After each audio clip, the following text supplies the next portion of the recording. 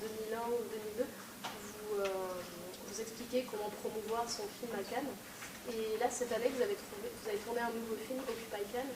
Alors, de quoi il parle et qu'est-ce qui a changé en une dizaine d'années à Cannes?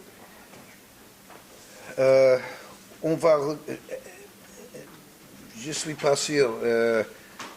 Au début, c'était moi qui allais être le maître en scène de ce film, mais il est arrivé une révolution dans notre société et ma fille Charlotte Kaufman est le mettre en scène.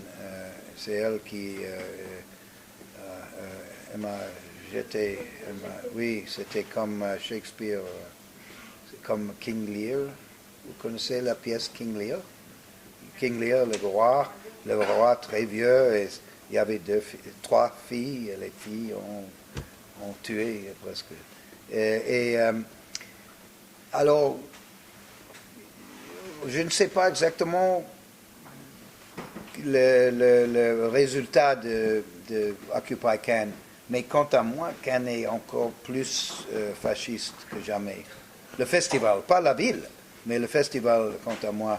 Oui, ils ont quelques films intéressants, mais les films sont choisis par des élus intellectuels, des élus bureaucrates.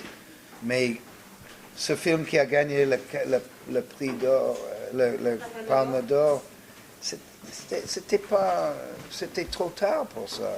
Il y a 10 ans, peut-être, ce film aurait dû sortir. Et j'ai été mis à la porte de Salle Lumière parce que j'ai porté un smoking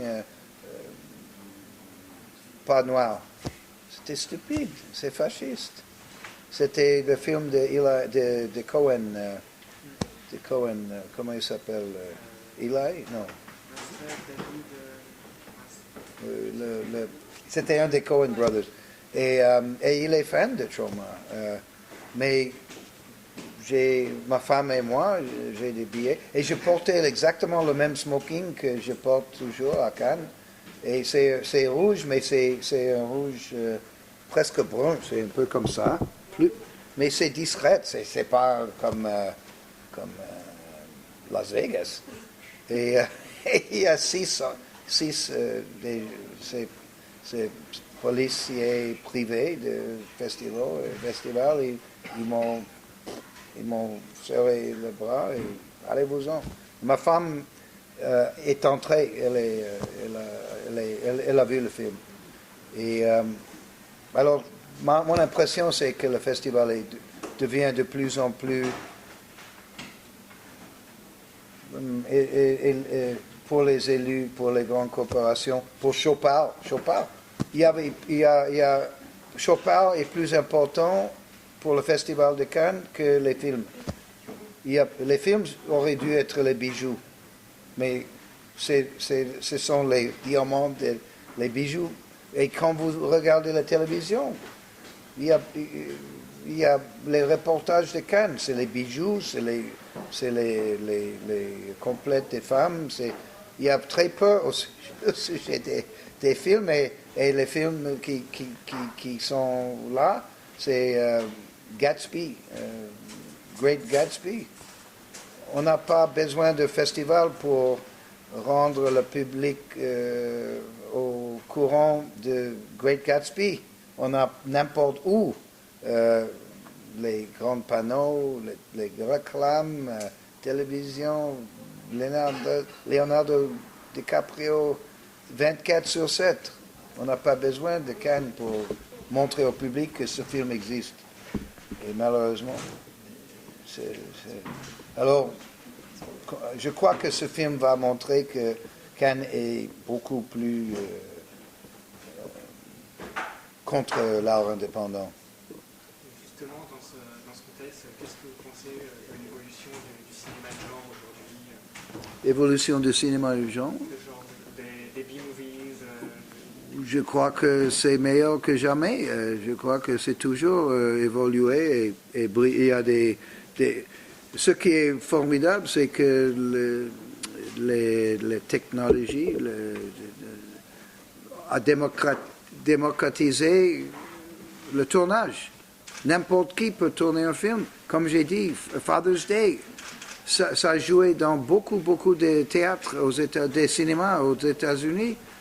15 000 $, seulement 15 000 $ pour tout le film. Beaucoup de festivals, beaucoup de cinémas, et ça coûte rien.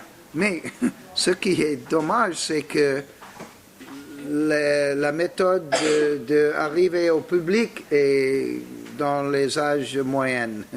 La méthode de distribution, c'est toujours sous la pousse des gens de 90 ans. Rupert Murdoch, Sumner Meyerson de Viacom, ici Gaumont, UGC, et le CNC, c'est pas tellement jeune ici, je crois.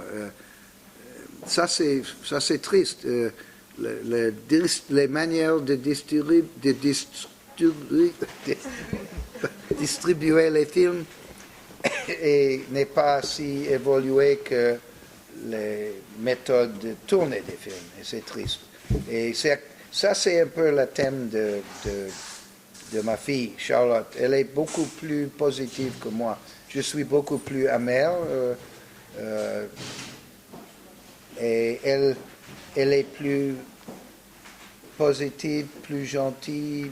Elle dit, moi je dis, je voudrais détruire le mainstream. Elle dit, je crois que nous voulons travailler avec le mainstream.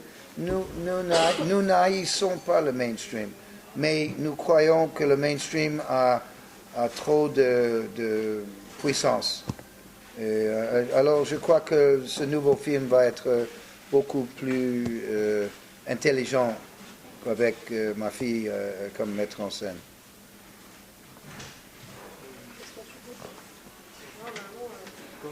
Aussi, ce qui était intéressant à Occupy Cannes, les journalistes mainstream de l'Europe et de l'Asie intéressent beaucoup. BBC, l'Express, ils ont mis toute une page, mais pas un seul journaliste ou média américain, rien du tout. Pas un mot. C'était intéressant ça. Ça veut dire que les journalistes hors des États-Unis sont plus intéressants, peut-être.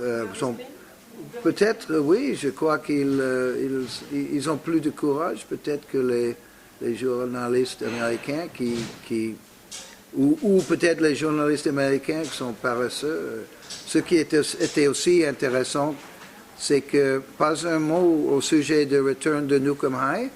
Les cinémas étaient tout à fait complets, avec journalistes et fans, mais personne n'a dit que le prix, le Palme d'Or, il y a des lesbiennes, mais Return de Nukem High, c'est le premier film de genre comme ça qui s'agissait des lesbiennes. Rien du tout. Nous n'existions pas. Ça, c'est comme si on a, en Russie, quand il veut punir quelqu'un, il prend le passeport et comme ça, la personne n'existe pas. On ne peut pas travailler, on ne peut pas voyager, on ne peut rien faire. C'est comme ça. Si les médias ignorent, how do you say ignore? Ignore trauma n'existe pas. Et Return to Nukem High est plus intéressant, à mon avis, que ce film qui a gagné le Palme d'Or. C'est plus véritable, mais quand même, personne n'est au courant, sauf vous et Panic Cinema et nos fans.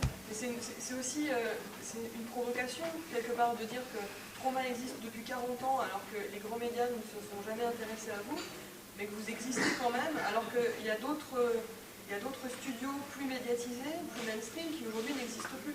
C'est vrai ça, oui. C'est extrêmement symbolique quand même du mouvement underground dont vous faites partie. Oui, nous sommes très heureux, nous avions beaucoup de chance. Nous avions eu beaucoup de chance que nos fans sont très actifs.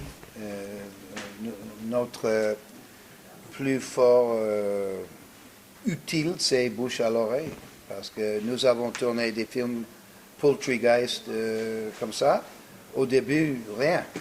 Mais maintenant, Poultrygeist a eu du succès parce que les fans parlent entre eux. Et les fans, ce petit court-métrage, j'ai vu quelque chose. Je ne savais pas que Dread Central a écrit quelque chose et j'ai vu ça, alors j'ai fait sur Twitter. Mais les fans font beaucoup de choses comme ça et ça nous aide beaucoup, beaucoup, beaucoup. Et Combat Shock, c'est un film trauma. Au début, un grand échec, mais après 15 ans, we broke even. Après 15 ans, l'argent est égal. On a reçu assez d'argent. On a reçu le budget. Après 15 ans, mais c'est bouche à l'oreille qui a fait ça.